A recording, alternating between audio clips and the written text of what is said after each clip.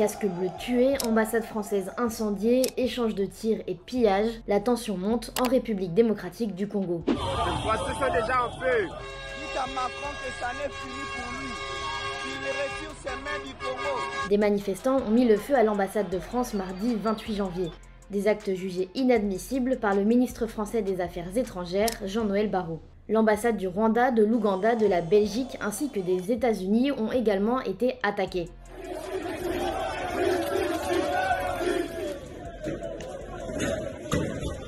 Les assaillants dénoncent notamment l'inaction de la communauté internationale quant au conflit en cours dans l'est du pays. Le groupe rebelle du M23, mouvement du 23 mars, y combat les forces armées de la RDC depuis plus de 3 ans. Le M23 est soutenu par le Rwanda, pays voisin qui aurait 3 à 4 000 de ses hommes sur le sol congolais.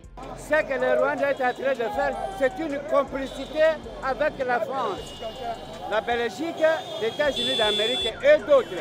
Alors, les Congolais sont fatigués. On doit mourir combien de fois? Le Rwanda est accusé de vouloir exploiter les sols riches en ressources naturelles de l'est de la RDC. Le Conseil de sécurité doit imposer un embargo total sur les exportations de tous les minerais étiquetés comme rwandais, en particulier le coltan et l'or, afin de mettre fin à l'exploitation illégale des ressources naturelles de la République démocratique du Congo. Une offensive éclair a été lancée par les rebelles mi-décembre après l'échec d'une médiation RDC-Rwanda sous l'égide de l'Angola.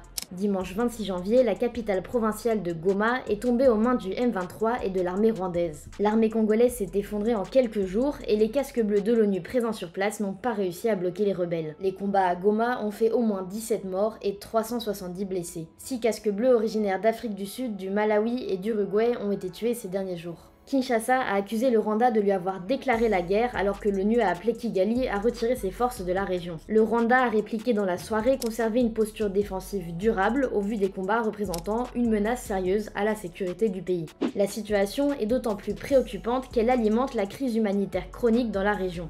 The humanitarian crisis in the DRC has further deteriorated with now nearly 500,000 people displaced in North and South Kivu provinces in January alone. Hundreds of thousands have been forced to flee multiple active conflict zones, and the capacity to accommodate and assist them is now saturated. L'ONU a alerté mardi sur les viols commis, les craintes de pénurie alimentaire, mais aussi sur le risque de dissémination du virus Ebola. Face à la montée des violences, la communauté internationale tente de se mobiliser pour éviter l'escalade. Une réunion d'urgence du Conseil de sécurité des Nations Unies se tient ce 28 janvier à New York, et les présidents du Rwanda et du RDC devraient se rencontrer le 29 janvier.